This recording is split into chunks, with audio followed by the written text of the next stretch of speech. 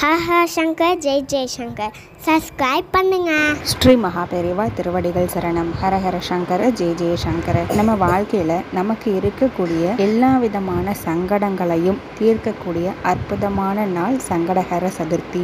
சங்கடம் அப்படின்னாலே துன்பங்கள், துயரங்கள். ஹர அப்படின்னா அதை நீக்கிறது. இந்த சங்கடஹர சதுர்த்தி தினம் அன்னைக்கு விநாயக பெருமான வழிபாடு பண்ணுறது ரொம்பவே முக்கியமான ஒரு விஷயம். நம்ம எந்த ஒரு பூஜை, புனஸ்காரம், பரிகாரம், இறை வழிபாடு எது பண்ணினாலுமே சரி, முழு முதற் கடவுளான விநாயக பெருமான வழிபாடு பண்ணதுக்கு அப்புறமா பண்ணக்கூடிய ஒரு வழிபாட்டுக்கு தான் முழு பலன் கிடைக்கும் அப்படின்றது ஐதீகம்.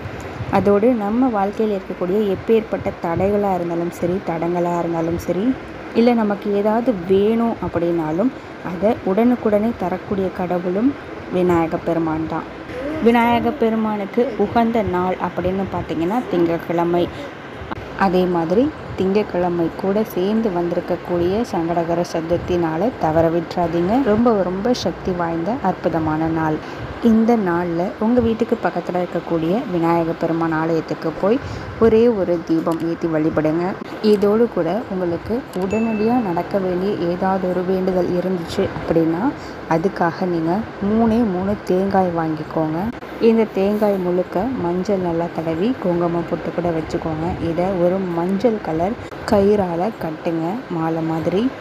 இந்த தேங்காய் மாலையை நீங்கள் உங்கள் வீட்டுக்கு பக்கத்தில் இருக்கக்கூடிய பிள்ளையாருக்கு நீங்கள் சாற்றுங்க. இந்த தேங்காய் மாலையை சாற்றுறது மூலியமாக உங்களுக்கு நடக்க வேண்டிய விஷயம் உடனுக்குடனே நடக்கும். ஒரே ஒரு வேண்டுதல் மனசார வைங்க, நிச்சயமாக நடக்கும். எப்பேற்பட்ட காரியமாக இருந்தாலும் விநாயகர் பெருமான் ஒருத்தரால் தான் இதை நிறைவேற்றி கொடுக்க முடியும். ஹரஹர சங்கர ஜெய் ஜெய் சங்கர.